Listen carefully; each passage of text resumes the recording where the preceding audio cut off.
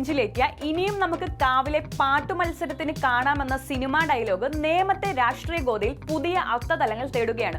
Vote ചോദിക്കലിനും വീടുകയറലിനും അപ്പുറം വികസനവും നിലപാടുകളും മുൻനിർത്തി പരസ്യമായി ഒരു കൊമ്പുകോർക്കലിന് നേമത്തെ സ്ഥാനാർത്ഥികൾ തയ്യാറെടുത്തെങ്കിലും നിശ്ചയിച്ച തീയതി പിന്നിടുമ്പോൾ പോർക്കളത്തിൽ അവശേഷിക്കുന്നത് മൂർച്ചയുള്ള വാക്പോരുകൾ മാത്രമാണ്.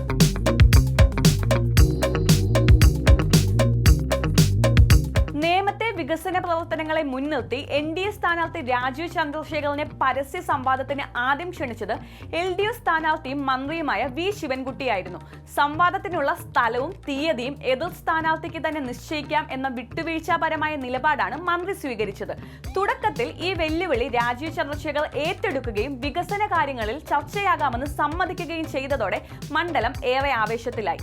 ഇതനുസരിച്ച് മാർച്ച് 29 രാവിലെ 10 മണിക്ക് പൂജപ്പുര മൈതാനത്ത് സംവാദം നടത്താമെന്ന് ശിവൻകുട്ടി അറിയിച്ചു. ഞാൻ റെഡിയാണ് പറയൂ വിളിക്കൂ. 29 രാവിലെ കൊണ്ട് ഉച്ചവരെ ഞാൻ തയ്യാറാണ്. ഞാൻ പൂജപ്പുര സ്ഥലവും നിർദ്ദേശിക്കുന്നു. എന്നാൽ പ്രധാനമന്ത്രി നരേന്ദ്രമോദി കേരളത്തിൽ എത്തുന്ന ദിവസം തന്നെ ഈ തീയതി തിരഞ്ഞെടുത്തത് ശിവൻകുട്ടിയുടെ അടവാണെന്ന് രാജീവ് ചന്ദ്രശേഖർ ആരോപിച്ചു. ഈ തീയതി അസൗകര്യമാണെങ്കിൽ മാറ്റാമെന്ന് മന്ത്രി വ്യക്തമാക്കിയെങ്കിലും സംവാദം യാഥാർത്ഥ്യമായില്ല. ശിവൻകുട്ടിയാണോ തീരുമാനിക്കേണ്ടത് എവിടെയാണ് നടക്കുന്നത് സംവാദം? ഞാനല്ലേ തീരുമാനിക്കേണ്ടത്, ജനങ്ങളെ തീരുമാനിക്കേണ്ടത്. കുറച്ച് വെയിറ്റ് ചെയ്യൂ, ഞാൻ പറയാം, ഞാൻ തീരുമാനിക്കാം. ഇന്ന് നരേന്ദ്രമോദിജി തൃശ്ശൂരും പാലക്കാട് വരുന്നു. അദ്ദേഹം പറഞ്ഞ കാര്യങ്ങളെല്ലാം TV ചാനലെല്ലാം കവർ ചെയ്യുന്നു. അപ്പോൾ അതിന്ന് ശ്രദ്ധ തിരിക്കാൻ ഈ തന്ത്രമൊന്നും നടക്കില്ല.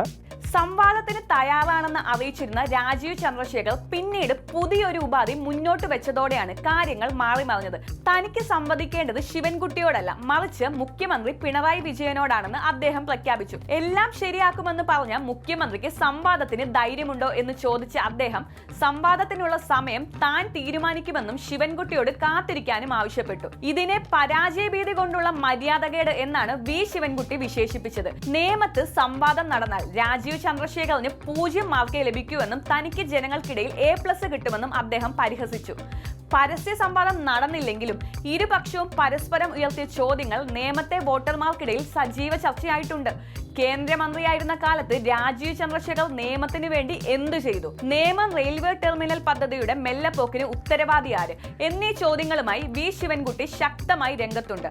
അദ്ദേഹം വിചാരിച്ചില്ല ഞാനിങ്ങനെ സമയവും സ്ഥലവും നിശ്ചയിക്കുമെന്ന് അദ്ദേഹം വിചാരിച്ചില്ല. ഞാൻ പൂജപ്പുരയും ഡേറ്റ് നിശ്ചയിച്ചു. അപ്പോൾ അദ്ദേഹം പറഞ്ഞു എനിക്ക് പ്രധാനമന്ത്രി വരുന്നതിൻ്റെ അസൗകര്യമുണ്ട് എന്ന് ആദ്യം പറഞ്ഞു. പിന്നെ പറഞ്ഞു അത് മുഖ്യമന്ത്രിയായിട്ടാണ് ചർച്ച ചെയ്യേണ്ടത്. മുഖ്യമന്ത്രിയായിട്ടാണെങ്കിൽ 140 മണ്ഡലത്തിന്റെ കാര്യങ്ങൾ ചർച്ച ചെയ്യേണ്ടത്. മറുഭാഗത്ത് സംസ്ഥാന സർക്കാരിന്റെ വികസന അവകാശവാദങ്ങൾ യാഥാർത്ഥ്യമാണോ? മുഖ്യമന്ത്രി എന്തുകൊണ്ട് നേരിട്ട് സംവാദത്തിന് തയ്യാറാകുന്നില്ല എന്നീ ചോദ്യങ്ങൾ ഉന്നയിച്ച് രാജീവ് ചന്ദ്രശേഖറും പോരാട്ടത്തിൽ മുൻപിലുണ്ട്. അനിശ്ചിതത്വത്തിൽ വികസന ചർച്ച നിശ്ചയിച്ച തീയതി കഴിഞ്ഞിട്ടും സംവാദത്തിനുള്ള ക്ഷണം ഇപ്പോഴും വായുവിലുണ്ട്. തീയതി മാറ്റാൻ ശിവൻകുട്ടി സന്നദ്ധനാണെങ്കിലും മുഖ്യമന്ത്രിയെ പങ്കെടുപ്പിക്കണമെന്ന രാജീവ് ചന്ദ്രശേഖറിന്റെ കടുംപിടുത്തത്തിൽ ചർച്ചകൾ വഴിമുട്ടി നിൽക്കുകയാണ്. ഈ പാട്ടുമത്സരം ഒടുവിൽ ഒരു തുറന്ന വേദിയിൽ എത്തുമോ അതോ വെറും വാക്പോരിൽ അവസാനിക്കുമോ എന്നാണ് മണ്ഡലം ഇപ്പോൾ ഉറ്റുനോക്കുന്നത്.